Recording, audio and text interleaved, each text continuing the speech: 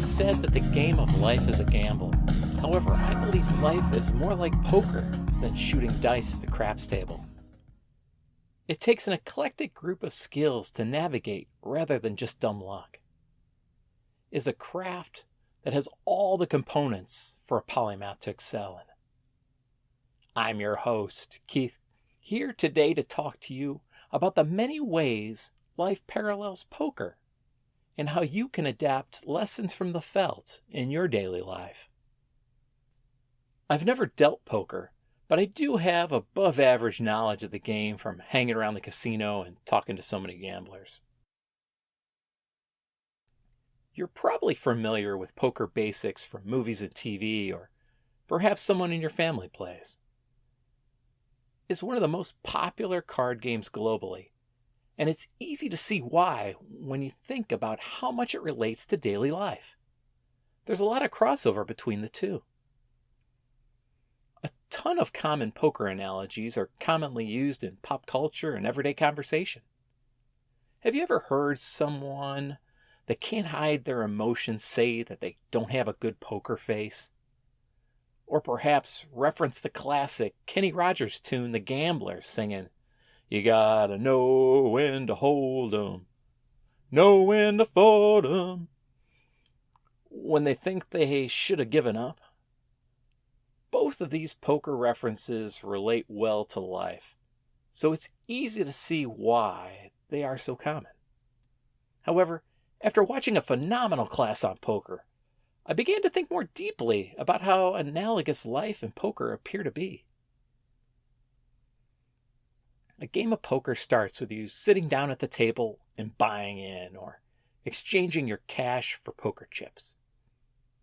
I think this transaction is very similar to investing in yourself, with the chips representing time. Your self-improvement depends on how much time you're willing to invest in your formal education, self-study, and practice. Like in the game, you may run out of chips, but you can always re-buy in to get more chances to improve yourself and your situation. It could be the same field, or perhaps you change tables to see if you can do better in a different specialty, whatever you're gaining experience in.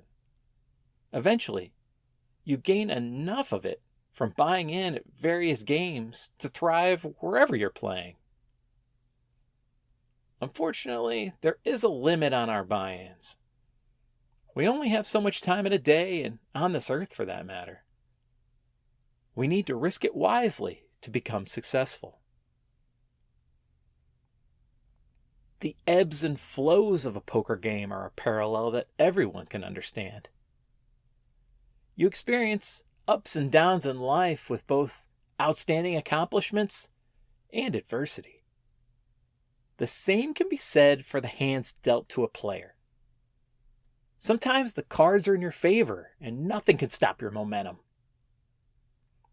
Other times, you have to fold every hand because you can't do anything with it. You're going to have good days and bad days. Sometimes there are a whole lot of bad hands in a row. If you can stay in the game by keeping positive and playing smart, eventually things will turn around and the cards will start falling into place for you again. In other words, don't let small setbacks sabotage you as you pursue your long-term goals. Protect yourself and be patient as you wait for the opportunity to present itself for you to change your momentum. Just like in poker, life isn't won after one hand. It's a combination of all these hands. It's the long game that makes the difference. On the other side of things, remember that nothing is a sure thing, no matter how good it may seem to you. You may think you're the best and are absolutely unstoppable, but you need to realize you are most vulnerable in this situation. For example, in Texas Hold'em, the best possible two cards to be dealt at the beginning of the game is two aces. also known as pocket aces because only the player can see their own 2 cards. Many amateurs and pros alike peek at their hand and immediately believe they have the game won. However, there are 4 more rounds of betting remaining and 5 more cards to be dealt before any winner collects the pot. You see, despite being the best starting hand, mathematically, pocket aces lose 20% of the time, even when they're played correctly. Add in too much bravado and aggressiveness, you could lose even more. It is an excellent reminder that even though you've been dealt a good hand in life, your actions and circumstances can destroy your good fortune. You got to keep a level head. To take this idea one step further, sometimes you're dealt a less than ideal looking hand, say 5 of clubs and a 7 of diamonds. It's not perfect, but you can work with it if you can get some cards. After the first round of betting called the flop, the next 3 cards are 6 of diamonds, 8 of diamonds, Queen of clubs. Looking at it, you're starting to put a hand together, even if you don't have it quite yet. You're a card away from a straight or 2 from a flush. There's a lot of other lesser hands too, so there's hope. The next card comes the turn. It's a 10 of diamonds. You still need 1 card for a straight or a flush. You don't have a hand, but you have many possible combinations depending on what next card comes. You continue to raise your bet to push to see that final card, the river.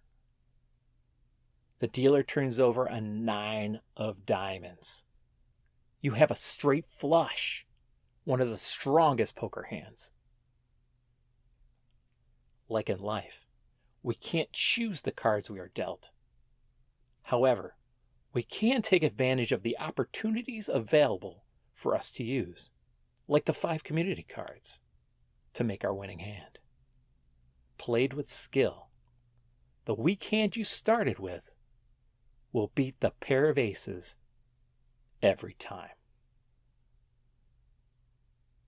I just wanted to take a moment to thank the people at Anchor for putting together such an awesome podcasting tool.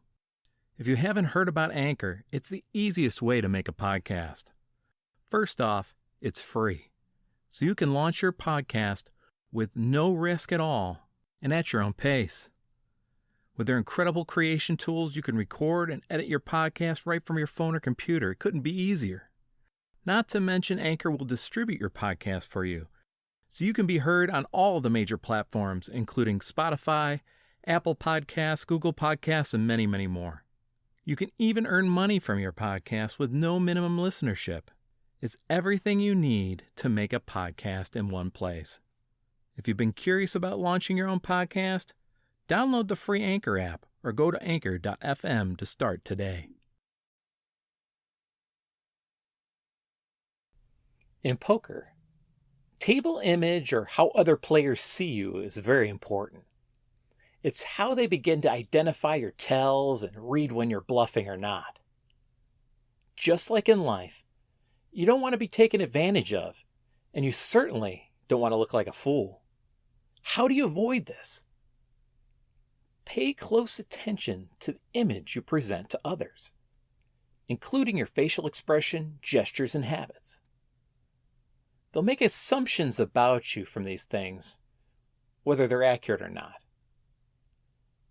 It's good to keep their false image of you in mind, though, to avoid getting taken advantage of or appearing as someone you don't want to be. Because inside this false image that they create of you, the seeds for bluffing are rooted in their own assumptions. For example, a player thinks you're only going to bet big when you have a strong hand. It might be true, but you can use this piece of information to your advantage by sometimes betting big when you don't have a good hand. The other player will assume you have good cards and fold. You get to collect a pot you had no business winning. It is the art of the bluff. Of course, if you do this too much and abuse it, the other players will catch on and start calling you on it instead of folding. Then you're out all that money. Just like in life, if you get labeled a liar, it's a stigma that's hard to shake. Little white lies should only be used sparingly when you're most desperate and have a reasonable story to tell. In poker, if a player looks at the available cards and doesn't see the hand you're pretending to be playing, they'll never fold. They'll never believe you. Just like if you suspect someone is bluffing and see the card they're pretending to have in your hand, you'll call their bluff. You know they're lying. And they're caught in their lie. They'll decide to show you their cards and admit their attempt to fool you. Or they'll just quietly fold, never to speak of it again. It takes time in both cases to regain any trust, but somehow admitting to being caught in the bluff seems more admirable. Let's say a bluff does fool you, and the player shows you the cards to add additional psychological salt to the wound of losing the hand, even though you had a better one. It would be best if you did not let yourself get emotionally wrapped up in this lost hand. Some players will go on tilt, as they say in poker, or get thrown off their game by getting too emotionally reactive. They might get aggressive in their play or start emotionally venting at the table. A person can go on tilt many different ways, and just like in life, it causes you nothing but trouble. If you react to things only with your emotion and completely abandon your logical mind, the results will be tragic. It is always better to take a step back and look at things logically, rather than getting caught up in your feelings about something.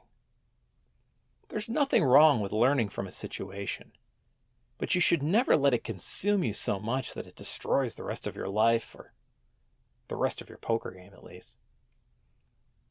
All good poker players will replay and analyze their questionable plays to see what they could have done better. They don't let one mistake throw them off entirely and put them off their game. While at the table, the pros file it away for later and concentrate on the next hand. Mistakes happen because we are human. We're not infallible in life or at the poker table. It is how we respond to our mistakes that will define us in the long run. Are you a person who learns and improves by accepting your blunders? Or are you a person who gets consumed by guilt and self-loathing? The lessons we learn are often most impactful when experienced on and away from the felt. Will you use your experience to improve yourself for your future? Or will you go full tilt and destroy it? Shout out to all my listeners and subscribers. If you haven't subscribed to the podcast on your favorite platform yet, please do. You'll get new episodes in your inbox as updates are released. If you are looking for a life coach, please check out www.everydaypolymath.com for more information about my online coaching sessions. Together, we'll get you on track to a better you. I'm your host, Keith, wishing you healthy and safe travels on your everyday polymath journey. Until next time, stay curious, Polymath.